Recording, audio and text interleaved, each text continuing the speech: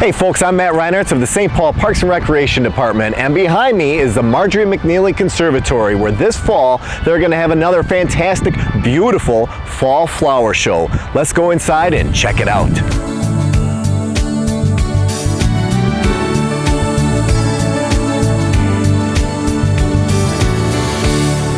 Well, here we are behind the scenes in the Como Conservatory, and it's a huge building with a lot of plants all over. And I'm with the gardener here. His name is Dave Patchy.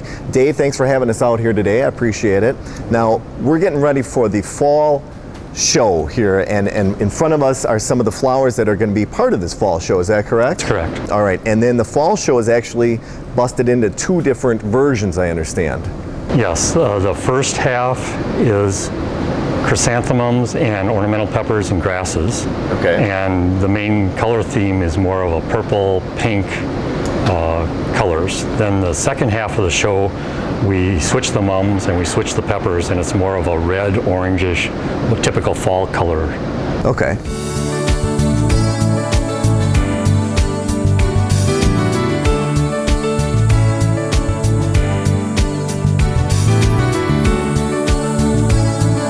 Here's some plants that are going, I believe, in the first stage. Now, right now, it's just pretty green, but they're going to be blooming soon, is that right? Yeah, we'll be setting up the show in 2 weeks. Okay. And so in 2.5 weeks, they should have color and be ready to go, and then they have to last for 4 weeks. Okay, so they'll last for 4 weeks, and once they're kind of finished with their bloom, the other flowers that are going to go in the second half, they're going to start with their bloom, is that right? That's and that'd be a perfect timing to get all that in. Now, I imagine that's kind of, you guys really have to time some things out here that way, don't you? I mean, you have to know when these are going to bloom. Yes, we do. And when we order the mums, we order small cuttings in June to start them. And all the varieties that you order, they all have a rating or a so many week response time to when they first get short days, because mums flower when the days are short. Okay. So some varieties will be listed as a 7-week variety or an 8-week variety or a 9-week variety. So that helps us to determine how far ahead of time we have to supply them with short days. Okay. In order to get them to bloom on time. All right. And we supply them with short days in the greenhouse by using a shade cloth or a blackout cloth. So we program that to come down at night at about 6:30 at night, and then to uncover them in the morning at about 7:30. So we give them long nights or short days and force them to produce bud. Now, here on these flowers, you have buds already, and it looks like they're ready to go. I notice on these are 1 buds. Over here you have 3 buds, but you're going to actually take 2 of these buds off this third one, right? Yes. And that makes for 1 big flower. Yes. These particular plants are, we sometimes call them standards. There's actually 3 plants in each pot, and we get them down to 1 bud so they have 1 large flower. So it's a process continually. Every week we're taking a few out, and right now we're ready to take out these 2 side ones to leave that final one. Okay, and that'll stay like that, right? I mean, it's not going to all of a sudden grow 2 back. No, it'll stay like that. Stay like that, okay. And then now I believe over here is a flower that we're going to have for the second half. Yes. Okay, now this is just purely green right now. I don't even see any buds in here, so I guess it's not until November, so it's probably right on track. Yes, but it actually is another standard. We're going to have 5 large flowers on this plant, and even now in the last, ever since like July, we've been taking off side shoots, not necessarily side buds, but you can see there's a side shoot below the main shoot. So we're continually working up the stem from the bottom and taking off those side shoots in order to get that 1 flower at the end. All right. Now, this flower here, is this part of the first one or is this part of the second? It's part of the first half of the show, and that's ornamental pepper. The name on it is Black Pearl. We use it, the flowers are very nice, and then the fruit is, right now it's kind of greenish black. It'll turn more black as it... Now, you call that fruit. Is that really fruit? I mean, fruit like, you know, I could pick that in a week and eat that or something? Or? Well, it's considered an ornamental pepper. I think they're edible, but you really don't want to do that? They're not made for that reason. They probably don't have the best flavor. All right, so folks, if you see that out there, don't pick it and don't eat it. You could probably, but just don't do it. Okay, so this is a great building right here. This is really behind the scenes. This is where it's all happening back here. Now, there's a little break between the first half of the fall show and the second half of the fall show. That's when you take everything out of the Sunken Garden and you'll put all the new stuff back in. That's quite a job, I would imagine. It takes a while. We close it for a week again, and we replace all the mums, all the peppers. We are going to use some ornamental grasses in there, and depends how they last. We may replace them, or we may keep some of them out there. But basically, everything comes out. Wow. All right. And then I would imagine you compost that stuff then afterwards? We compost the leaves, the flowers, and we save the soil and reuse the soil, sometimes in outdoor beds and urns and things like that. Oh, so everything just kind of gets reused from the earth back to the earth, everything like that. That's great. Try to as much as possible. All right. Well, is there anything else you want to tell us about the fall flower show? Well, I'll just mention this other mum here.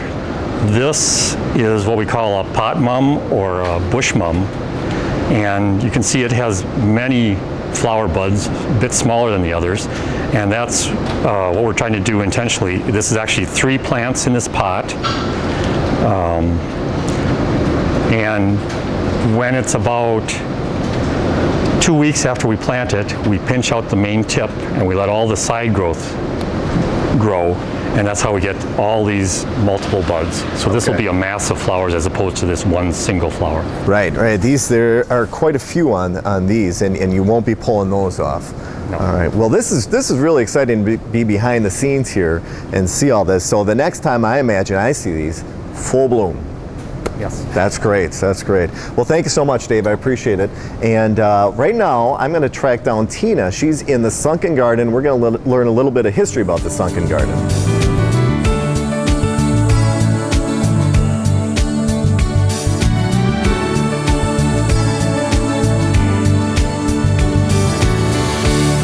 Well, now I am in the Sunken Garden out here at the Marjorie McNeely Conservatory, and I'm joined with Tina Dombrowski. She is the horticultural manager of this beautiful facility. Tina, thanks for having us here. And this Sunken Garden has quite a bit of history. Can you tell us a little bit about it? Well, I can tell you a little bit about the history. The Sunken Garden was part of the original historic conservatory built in 1915.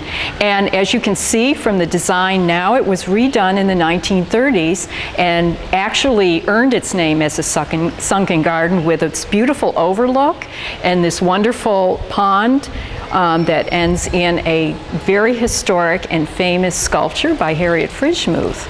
Okay. Now, you said it wasn't always called the Sunken Garden then, I guess. I mean, in 30-something, that's when it became the Sunken Garden? Correct. That's when it became a recessed floor. Before the 1930s, it was all at one level. And I believe it was used for color displays, bedding out, as during the Victorian era, it was very popular to put blooming plants out in a design, so to attract people seasonally. Okay, so the inside maybe changed just a little bit over the century, I guess. Certainly. But the outside, the design's always been the same. Correct. The framework for this garden was always a Gothic art style greenhouse, just very much like the same garden on the other end of the historic Palm Dome, the North Garden.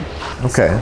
Now, the history of the flower shows itself, that started way back when, and it's continued every year? Correct. We have 5 different color display shows each year, and those date way back into the 1930s. Definitely seasonally displayed, and you can go way back to the fall show, the spring show, holiday, winter show. Okay, now it's quite an undertaking to switch out everything in here, I would Oh, imagine. it certainly is. It takes just about 4 to 5 working days of staff and a lot of volunteer help. And all the plants have to be removed except for the tallest Italian cypress that you see framing the side.